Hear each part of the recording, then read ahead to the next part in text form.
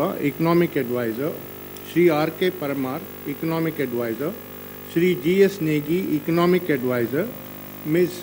Rajshri Ray, Economic Advisor. I extend a warm welcome to all of you. Friends, after the presentation, the floor will be open for questions. As usual, please follow the points of order. There are placards kept in front of you. Please raise them. I will call them one by one. And also request you to keep your mobiles on a switch off or a silent mode. An announcement also. After this conference, there is another press conference by the Revenue Secretary, Dr. Hasmukh Adiaji, and Chairman CBDT, Mr. Sushil Chandraji. He will also make a very brief presentation. Now, over to the Chief Economic Advisor.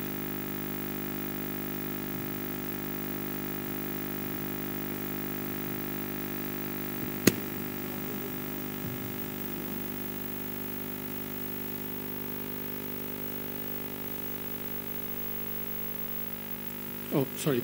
Is that better? Yeah. So, okay. Should we dim the lights, please, so that people can see the screen?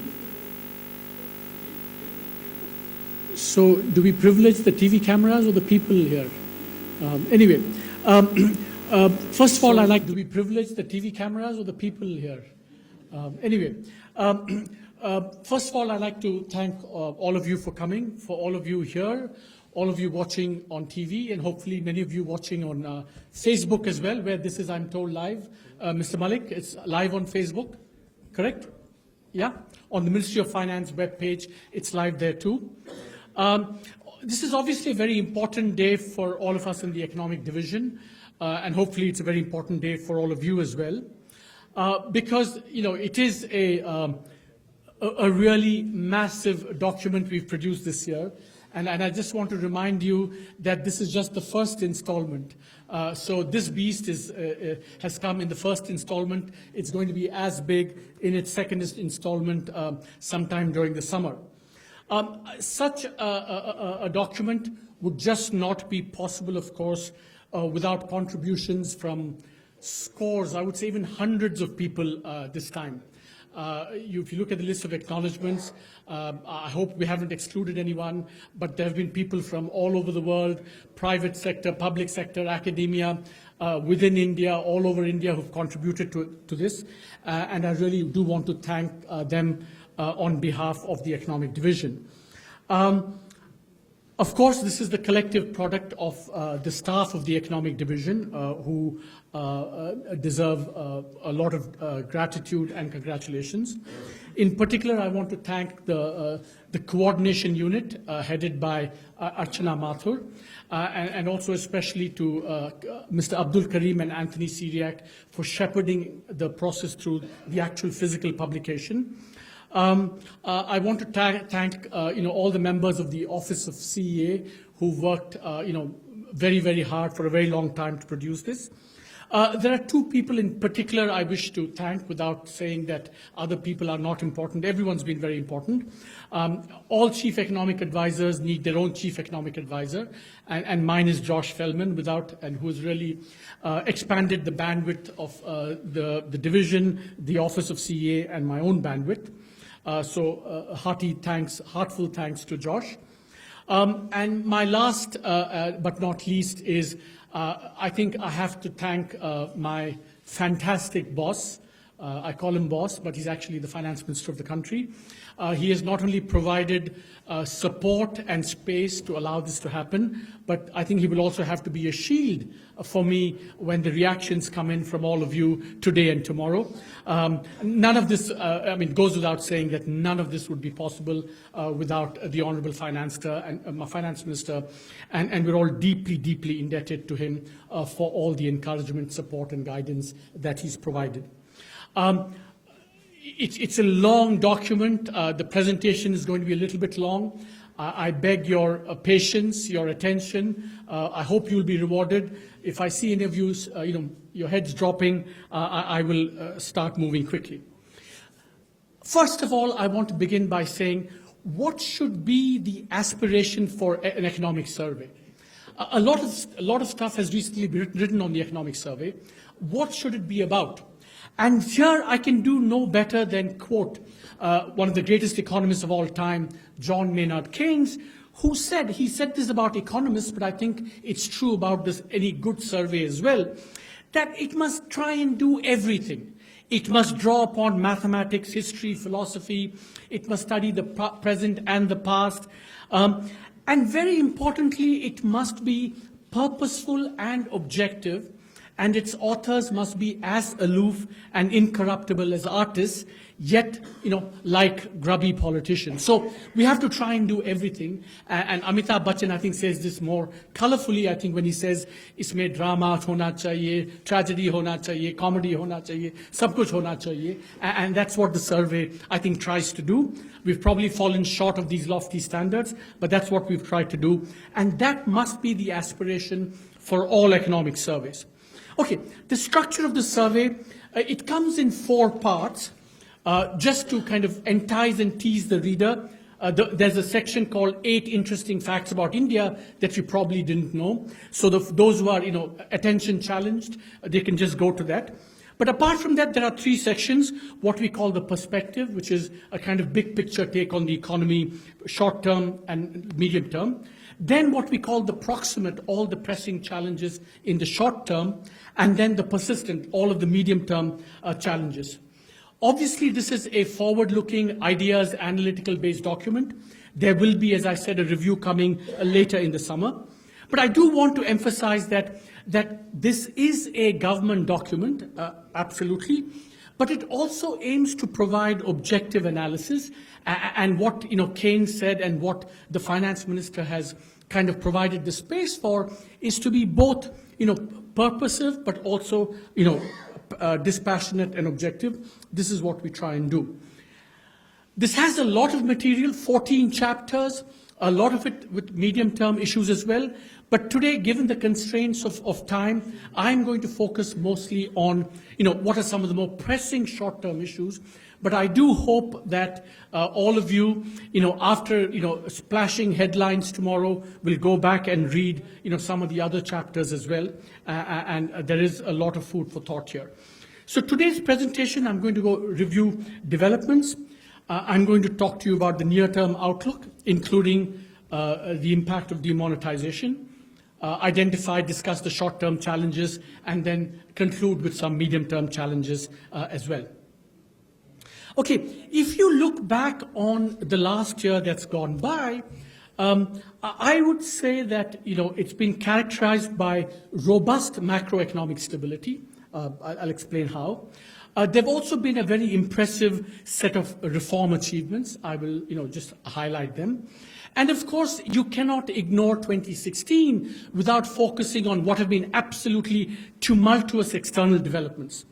The phrase we use in the survey is that these are developments forebodingly laden with darker possibilities.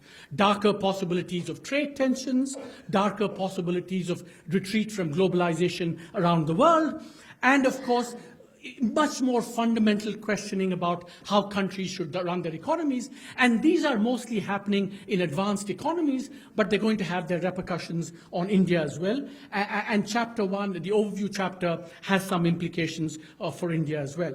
Today, I'm going to focus more on the domestic. I think it's fair to say that there's been robust macroeconomic stability in the last 1 year. Headline CPI inflation has come down. If I can get a marker while I'm talking, that would be great. The current account deficit has come down from, it used to be 3.5%, 4% of GDP. It's now less than 0.5%.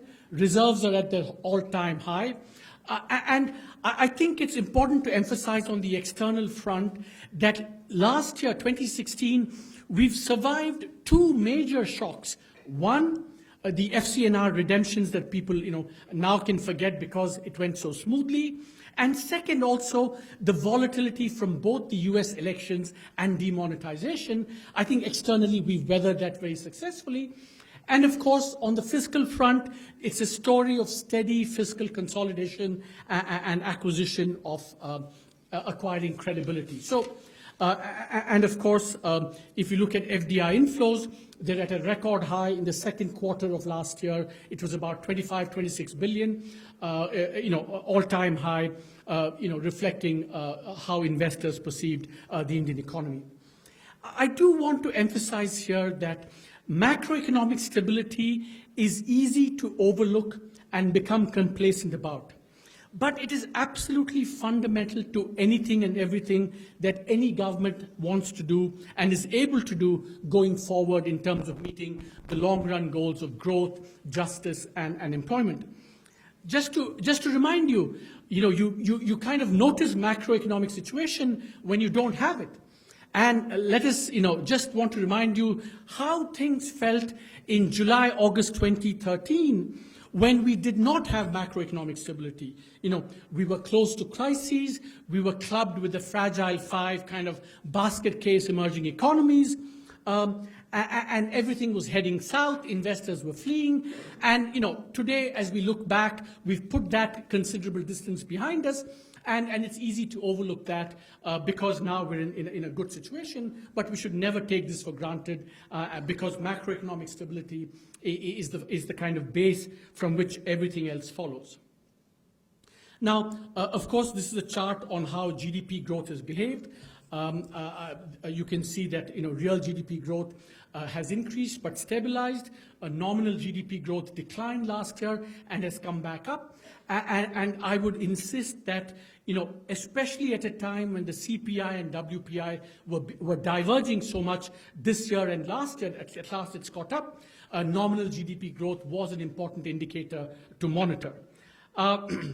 Now, if a year ago, someone had stood in front of you and said that the government within the next 1 year would implement an absolutely landmark GST bill, would secure passage of the bankruptcy law, would codify the institutional arrangements in the form of a monetary policy committee, and would pass the Aadhaar bill, if someone had said that a year ago to you, you'd have probably greeted that with skepticism, quite rightly so. But yet, a year on, I think all these achievements have happened, and legislatively with near unanimous political support. So I think, again, it's something that we kind of tend to forget. We've had, absolutely, transformational GST, which is going to have all kinds of positive impacts on investment, on tax compliance, on governance, on growth. And of course, it's an absolutely radical experiment in the governance of cooperative federalism, and we're already seeing the benefits from that. The finance minister and, of course, my good friend Hasmukh were instrumental in doing this, but it's just an absolutely landmark achievement which we should recognize. In addition, FDI was liberalized. I think we've also had this UPI being implemented, which, because of the interoperability that it creates, is going to make JAM a reality because it's going to make M-Mobile an integral part of JAM. And of course, the government also had taken some important steps to promote the labor-intensive sectors like apparels and made-ups. Now, just as an aside, I would like you to go, see, despite all these achievements, it's very interesting that the ratings agencies have not reflected this. So there is a box in Chapter 1 where we show how maybe what kind of inconsistent standards the ratings agencies have. We call this poor standards. Because Standard & Poor's said last year that there's no way we can upgrade India because of its low GDP and fiscal deficit. But actually, if you look at how they have rated China and India, it's absolutely astonishingly inconsistent. China is about 6 grades above us on the ratings, AA minus, BBB minus for India. And yet, since 2008 onwards, 2 absolutely key indicators of risk have, in the case of the indicators being growth and credit growth, China's GDP growth has come down dramatically, its credit to GDP has risen dramatically, and everyone acknowledges that this is the single biggest risk to not just the Chinese economy, but to the world economy. India's indicators have moved in exactly the opposite directions, and yet, how did the ratings agencies behave? They upgraded China And they did not, despite all these risky developments, they did not downgrade China, whereas in fact for India, the rating was maintained 6 notches below China. So it's an interesting thing about how, I think, reflection on how these, institutions work, but I think we should question them. But this is just, I think, for all of you to digest and have a little fun on. Now, I've spelled out all the achievements of the government and the economy in the last year. But as I said, we have to be objective about the economy. We have to provide objective analysis. Because I think it's only honest and fair to recognize that despite all these, there is a kind of sense of anxiety, a sense of, maybe things not going as well as they should. And our sense is that it stems from two things. One, the impact of demonetization. And second, the way investment, credit, and jobs have been behaving not as strong as they should be. And I think these are two very legitimate concerns. And so the economic survey takes them head on. Now, of course, I think the headline should also be that finally the CEA speaks on demonetization. I think there is an old saying that you should only speak when you can improve upon the silence. In this case, I would say you should only speak when you can improve upon the noise, the clamor, and the cacophony, which is what demonetization has been about. So we are going to speak on demonetization. So how should we think about demonetization? It is a radical currency, come governance, come social engineering measure aimed at permanently and punitively raising the costs of illicit and unaccounted transactions, what you call kala dhan or black money.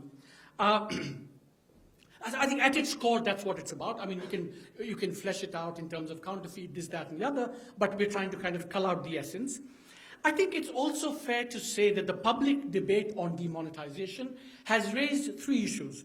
One, the design and implementation of the scheme, and on this, the economic survey is not going to speak about this. I mean, it's in the past, and other people have commented on this.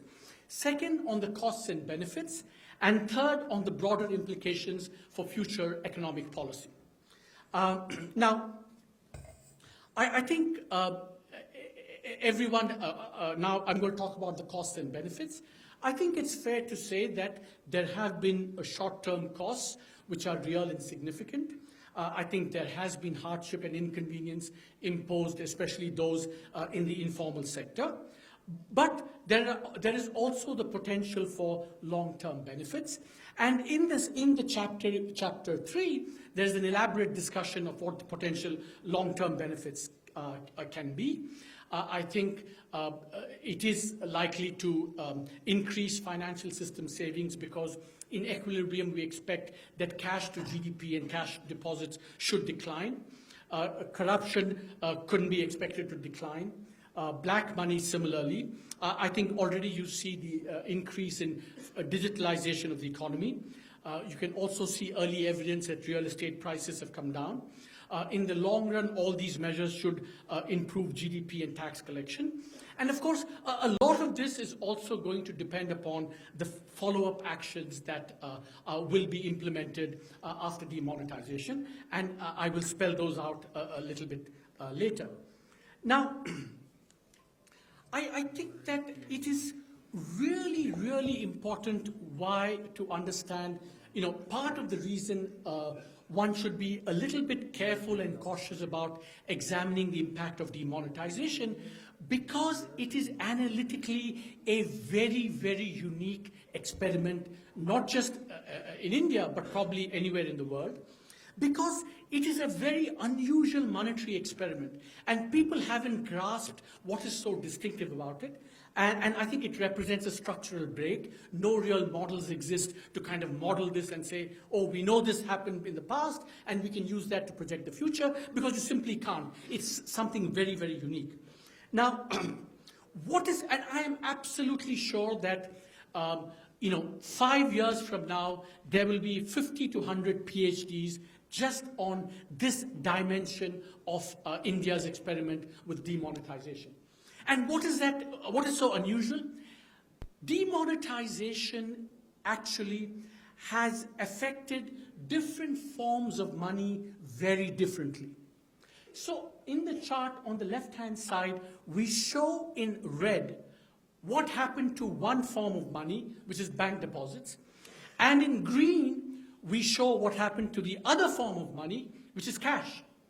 What demonetization has done is both simultaneously reduce the supply of cash quite dramatically, but by the same token, it's increased the supply of deposits, because that's how demonetization was structured.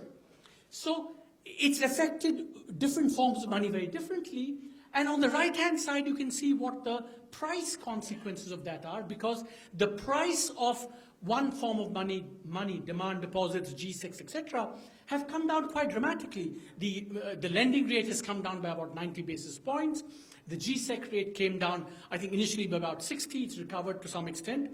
And we know that cash was still in short supply, so we know the price of cash went up. So the supply of cash went down, the supply of deposits went up, the price of deposits came down, and the price of cash went up. So this is a very unusual experiment in monetary history.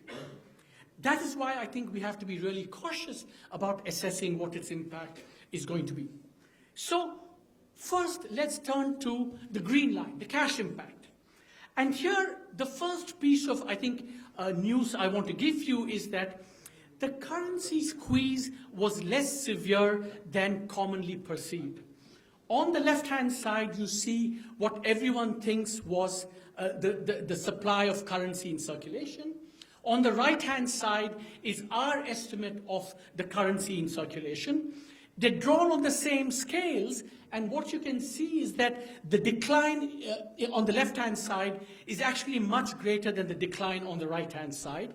And that's because the headline number on currency in circulation obscures the fact that de facto a lot of demonetized currency was still legal tender. So if you correct for that and for other things, you find that the headline decline in currency was less severe. For example, on the left-hand side, between November 8th and December, the decline seems to be about 41%. I think we estimate it to be closer to between 30 and 35%. Second point, which goes in the other direction, is psychologically it felt that the currency squeeze was most severe in November, but actually it was most severe in December. And that's also a contrast between the left-hand side and the right-hand side charts.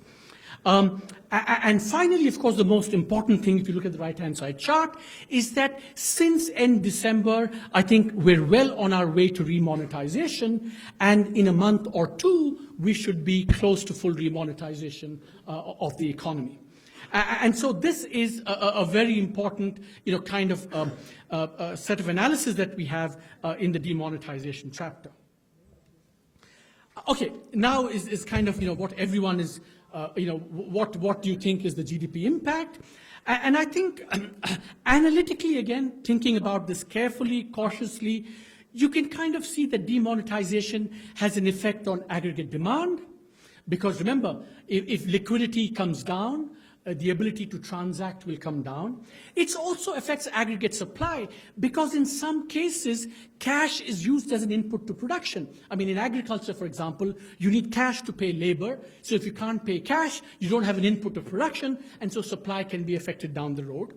And the third impact is that there is genuine uncertainty about how the economy is going to evolve and how policymakers are going to respond, which creates,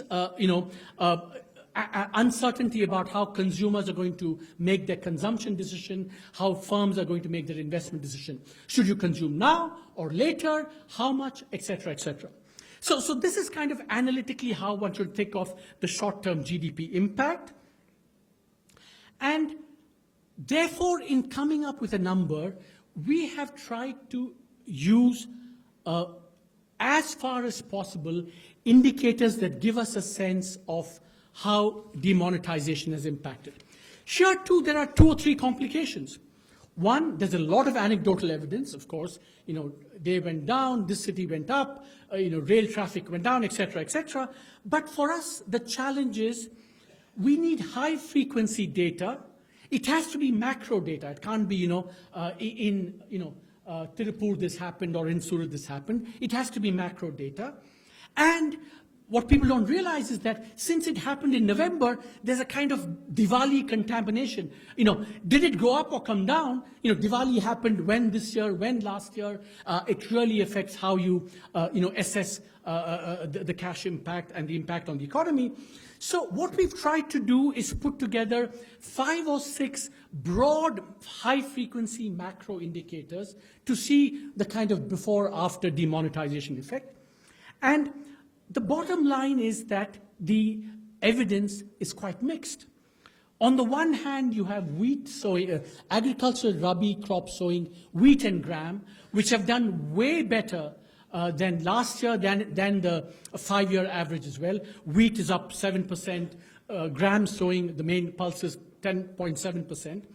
And so that is up. Of course, we still don't know how production is going to be because it's going to depend upon yields and the access to inputs that farmers have had. But broadly, the agricultural sector, sowing at least, has not been affected. Indirect tax collections, you see a bit of a dip. And now people say, what about, you must do this calculation, taking out the effect of all the new revenue measures that were taken. We've done that as well. What you see is that whatever decline there is has been happening for some time in the excise because the effect of the new tax measures have been coming down. And you don't see a particular blip down or any significant blip after November 8th. Real estate, on the other hand, you do see a dip in prices, in sales, in launches. And of course, some of it may be adverse for the economy, but in the long run, some of that is also good because in equilibrium, the aim of demonetization is, in fact, to bring down real estate prices. Bank credit, on the other hand, on the other extreme, has been affected by demonetization. It seems like it's come down. And the most affected sector has been especially two-wheelers, where reflecting, I think, the demand from the less affluent and from rural India, demand has come down. So the overall picture is mixed. I think one should tentatively conclude that there will be an impact on GDP. The question is how much? And so this is our real GDP outlook for the year. For 2016, we expect real GDP growth to slow down by about 1/4 to 1/2 percentage point relative to the baseline. I think it's also fair to say that given the way GDP is measured in India, recorded GDP will underestimate the impact on the informal sector. So these are now, I want to sound a notice of warning to all of you. These numbers will be misinterpreted, will be mischievously interpreted, and so let me clarify how you should not report these tomorrow morning. 1, it is not appropriate to do a before-after comparison. Many people will say 2015-16 growth was 7.6, 2016-17 is Y. The difference between 7.6 and Y is the demonetization impact. Incorrect. The more appropriate way to do it is to do what would have happened in 2016-17 without demonetization and with demonetization. And that baseline is really the CSO's advance estimate, where they clearly said it was a without demonetization impact, which is also the survey's impact of the baseline, which is around 7%. And please, 7.15, 7.185, these are all, kind of misleading, spurious accuracy and exactitude, because there's so much noise in the data that you must think, in kind of whole numbers. So first, no before-after comparison. It's a with and without baseline comparison. Second, it is not appropriate to compare the levels of other forecasts with the levels of the forecast made in the economic survey. Why? For example, the IMF has come down to 6.6, but it was originally projecting 7.6 without demonetization. So that is a 1 percentage point decline, whereas we are projecting about 1/4 to 1/2 percentage point decline. So it's more appropriate to compare changes in other forecasts and those of the survey. I do not want to be held responsible for the over-optimism and the incorrect projection by the IMF. we are doing it relative to our baseline. We cannot do it relative to the baseline. Turns out to be an over-optimistic baseline by the IMF. Third, I think it's also not appropriate to compare one number of any other institution with the range provided by the survey, because by definition, when they produce one number, it says, we think most likely this is going to happen. Whereas what we are saying by providing a range is that essentially what you cannot rule out with any degree of confidence. So the 1/4 to 1/2 percentage point decline is relative to our baseline. It reflects the uncertainty in the process. And also it says that, this is what we are comfortable with, not that we think it'll be definitely at the higher end of the range or at the lower end of the range. That is the way. So I'm going to read what each of you is writing up tomorrow, and then I'm going to come back and hold you to task if you deviate from my sermon just now. Okay, but remember that, as I said, demonetization has short-term costs, potential long-term benefits. And really, what is now critical looking ahead is what are the follow-up actions to minimize the costs and maximize the benefits. I think this is where the focus should be. I think there should be a fast remonetization. And, the earlier that we withdraw the limits on cash, the better. I think the impetus to digitalization that the government has provided must be continued. But I think that one must be careful here. The transition must be gradual. It must be inclusive, because there are lots of people who are not digitally connected. I think we must be very mindful of them. I have a preference mostly for doing this via incentives rather than controls, not dictating outcomes. And I think at every stage we have to balance the costs and benefits of cash versus digitalization. I think we should remember that digitalization offers a lot of benefits, but it can also have costs because the poor especially don't have as much access. And similarly, I think cash, while a lot of it is prone to misuse, it also has certain conveniences which we must recognize. I think it's really critical. I've said this time and time again, and I'm saying this also because Hasmukhji is here.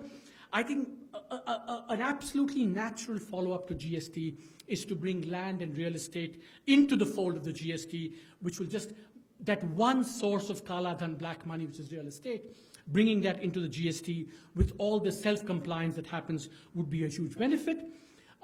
In the same spirit, reducing taxes and stamp duties. And of course, we need to have a clear, stable, non-discretionary tax administration to allay any fears people might have in the aftermath of demonetization. Okay, what is the outlook for next year? Given the range we've given this year, I think we expect it to be in the 6 3/4, 7.5% range for next year. I think the pickup, I think, as I said, the effect on GDP will be temporary. I think as remonetization happens, the economy will recover back to trend next year. And I think that two potential boosts to growth next year, which will lift growth next year. One, of course, is the catch-up from demonetization. To the extent that consumption has been held back, investment has been held back, credit has not been enough, cash has not been enough. As they ease going forward, I think the economy, the kind of grease that's provided and the consumption that happens should pick up again. And I think that one perhaps important source of demand next year could be the export revival from rising world GDP growth with possible spillovers to investment. As you know, the IMF has forecast that next year growth will be higher in 2017 than in 2016. And already we see some early signs of a pickup in growth. The chart on the left shows in the last few quarters, non-oil export volume from negative territory is now in positive territory. And even in our services exports, you can see the glimmer of hope on the extreme right, where finally volumes, in dollar terms, IT services are going to pick up. And especially if the world economy picks up, in the short run, that's expected because of actions in the United States especially. I think that catch up in consumption as remonetization happens, a pickup in exports is something that can get the economy back to trend next year. How is our attention level, collective attention level? Good? Excellent. Okay, that's good. Because I'm getting now kind of warmed up a little bit here. Okay, remember that we promised that we'd be honest and objective. We gave you what all the achievements were, and we said that there were two challenges. One is the anxiety about demonetization, which I've just addressed. The second, of course, is the anxiety about what we would call the festering twin balance sheet problem. The balance sheets of corporates and the balance sheets of banks are still challenged. We do see evidence of that. You can see the NPAs as a percentage of loans is high and rising, especially in the public sector banks. And rising as a result, overall investment and private investment are now in growth terms in negative. Negative territory. And of course, reflecting that is a challenge. And of course, in real terms, you see bank credit growth. This is in real terms. You see, the corporate sector to industry is in negative terms, and that's the green line at the bottom. But you see that personal loans, which supports consumption, is actually in robust double-digit territory. And in a sense, the economy has been kept up because of consumption and because of the government. And it's been a familiar story over the last 2-3 years. So all those who say that there is no story to support what's happening in India in terms of growth, I think there is a story. I mean, the consumption and government have been the drivers of growth. And investment and exports and credit have lagged behind. And I think that rectifying that balance is going to be very important. I think that, therefore, addressing the twin balance sheet problem is critical. I want to kind of hone in on what I think is really, what are the distinctive features of the twin balance sheet problems. It's not just about the banks. It's actually now much more about the companies, especially the over-indebted companies. It is an economic problem, not just a morality play. I think mistakes were made, which I think we need to come to grips with. By the way, I should emphasize that this is really, in large part, a legacy issue coming down from the boom years around the global financial crisis. The third thing to realize is that much of this stress debt is in large companies. Many of these companies are unviable at current levels of debt, which will require writing down debt in many cases. Banks are finding very difficult to do this on their own because they're all decentralized, they can't coordinate. And also it's very difficult to take political decisions to say, let's write off the debt of some very big company because you know what the consequences are going to be. It's also worth repeating that delay is costly. And therefore, in a sense, many of the current solutions have not really delivered so far. So one of the things we say in chapter 4 of the survey is perhaps it's time to consider a new solution, something like a public sector asset reconstruction company. But that's just one solution. But the point is that it's a very tricky, intractable, difficult problem. It's been there for a very long time. Current solutions, such as they are, have not really worked. And we have to try and remedy that. And we have to look for new solutions. Now, what are the risks and challenges to the outlook? I think on the domestic front, there's certainly, if there's any lingering uncertainty from demonetization,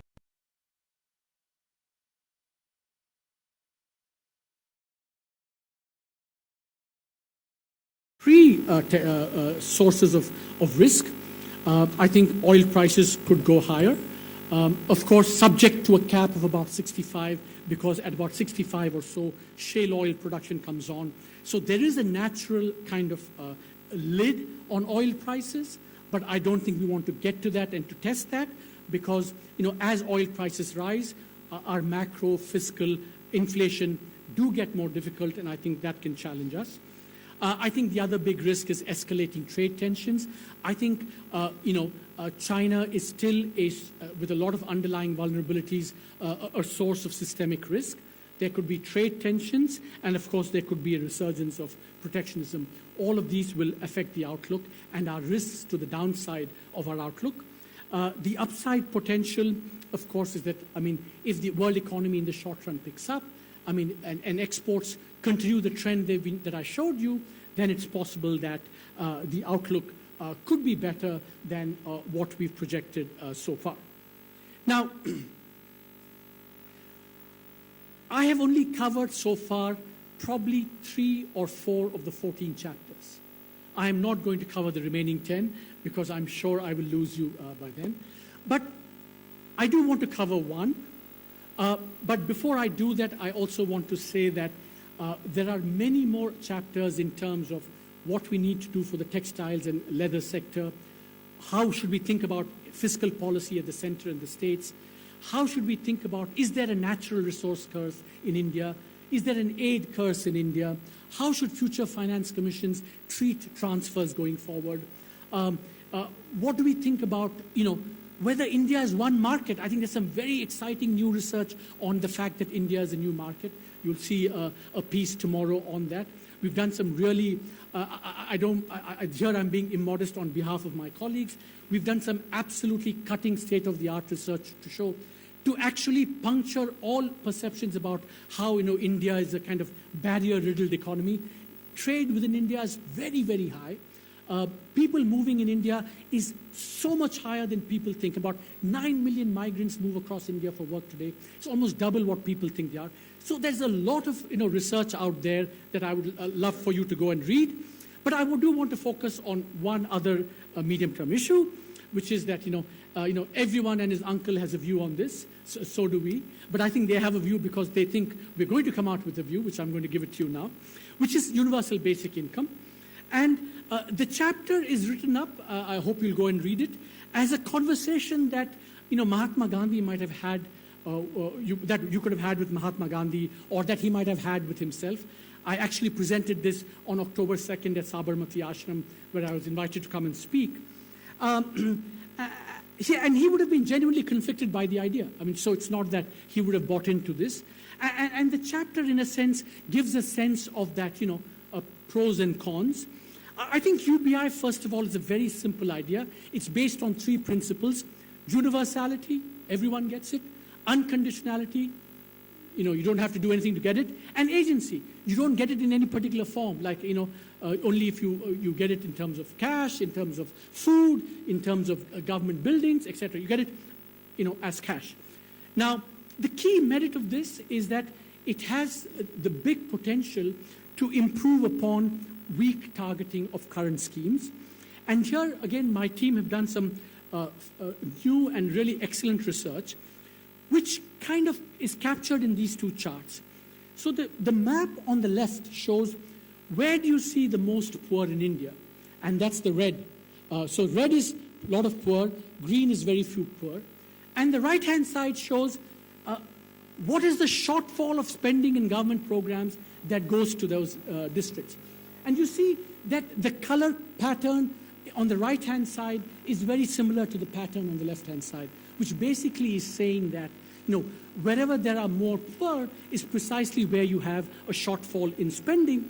And our rough calculation is that, based on analyzing 6 programs, but also looking at the past, in those districts which account for 40% of the poor, only 29% of overall spending goes there, which means essentially it is intrinsic to government programs in India that they will exclude the needy, the poor, because the take-up of these programs will be best in those states that are better governed, which by definition have the fewest poor. So that's intrinsic to this. It's not, you shouldn't point fingers at anyone and say, this was badly run, this was well run. It is intrinsic to programs. You run a PDS, it will run better in, state A versus state B, and you pick your A and B. The advantage of UBI is that it can get around this. Universality means we can give it to everyone from top down. We can skirt these layers of bureaucracy in between, and that's one of the virtues. We estimate the fiscal cost about 4 to 5% of GDP. We give a sense of what are the other current subsidies to middle class, fertilizers, about 2 to 3% of GDP. And, as I said, there are big implementation challenges. And the biggest one, of course, is that we know in India that if you create a new program, it will become an add-on to an existing program and therefore will become fiscally unaffordable. And that's a challenge which, we have to grapple with, we have to think about.